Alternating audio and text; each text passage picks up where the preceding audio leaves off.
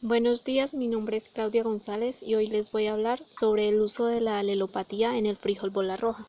Para llevar a cabo el desarrollo de este proyecto se evidenciará la justificación, la pregunta problema, los objetivos, el marco teórico, el marco legal, el marco metodológico, el análisis de resultado, la conclusión y por último las recomendaciones. Se hizo uso de la alelopatía con el fin de controlar una sola especie, la cual es el minador de la hoja, además porque es un control económico y no contaminante. No es contaminante porque la alelopatía nos enseña el control biológico mediante el aprovechamiento de las diferentes feromonas que producen o secretan las plantas. Para este proyecto fue necesario tener una base, la cual es la pregunta problema: ¿cómo realizar un control biológico del minador Liriomyza huidobrensis en el cultivo del frijol bola roja con base en el uso de la alelopatía? Para ello se tienen en cuenta los siguientes objetivos. El objetivo general quiere emplear estrategias de control biológico para contrarrestar el minador de la hoja en el cultivo del frijol.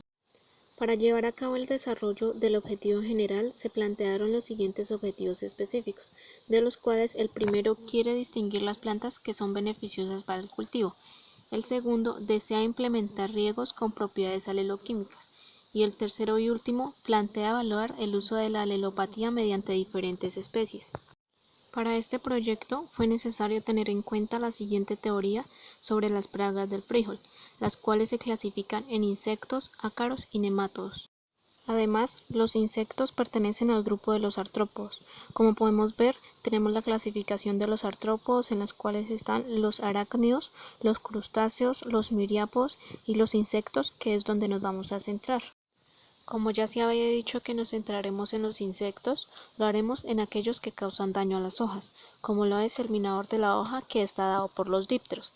Este insecto forma túneles o galerías al interior de la hoja cuando se encuentra en su estado larvario, y así causa daño alimentándose de la savia.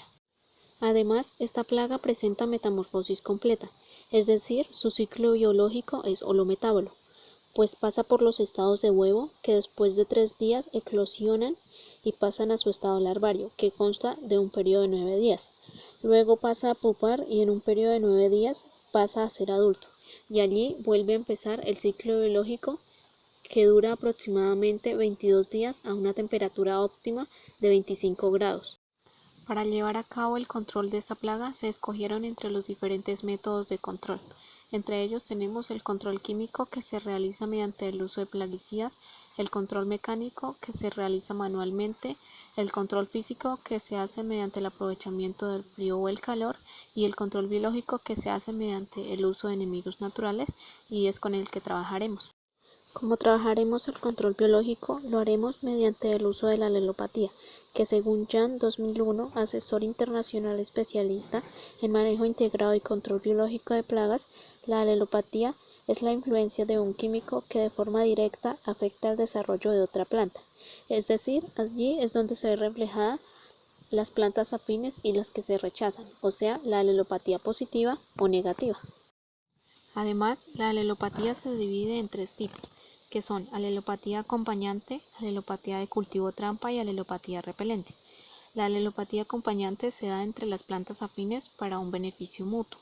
La alelopatía de cultivo trampa se da porque hay plantas que logran alejar los insectos del cultivo principal mediante su olor o color.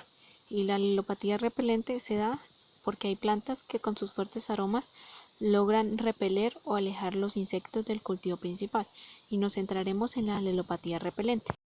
Como trabajamos la alelopatía repelente, se hizo mediante el uso de la albahaca y la hierbabuena, porque son plantas que repelen los dípteros gracias a sus fuertes aromas. Además, estas plantas se pueden sembrar dentro o fuera del cultivo. La alelopatía repelente también se puede trabajar mediante infusiones, extrayendo los beneficios aleloquímicos de las plantas y las semillas.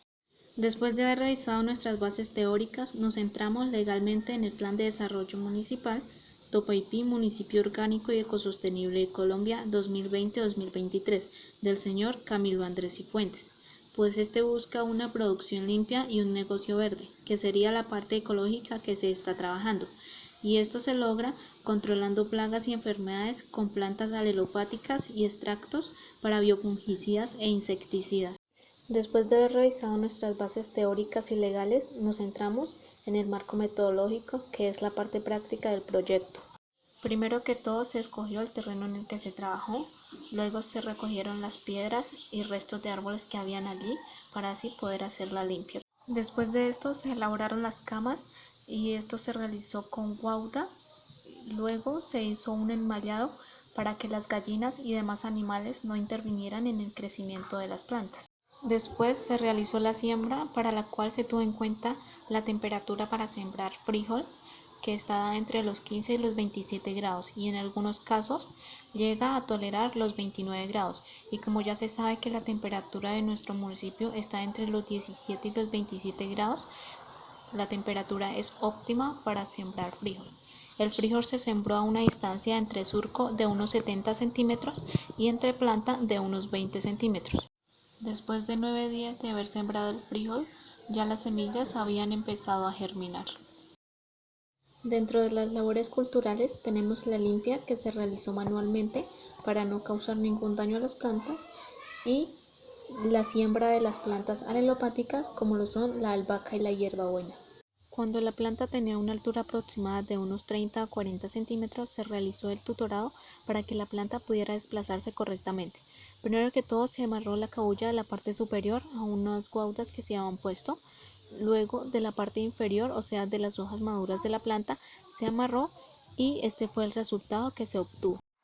Además, se hicieron unos riegos con las propiedades aleloquímicas del ají, el ajo y la cebolla para contrarrestar los dípteros del minador de la hoja.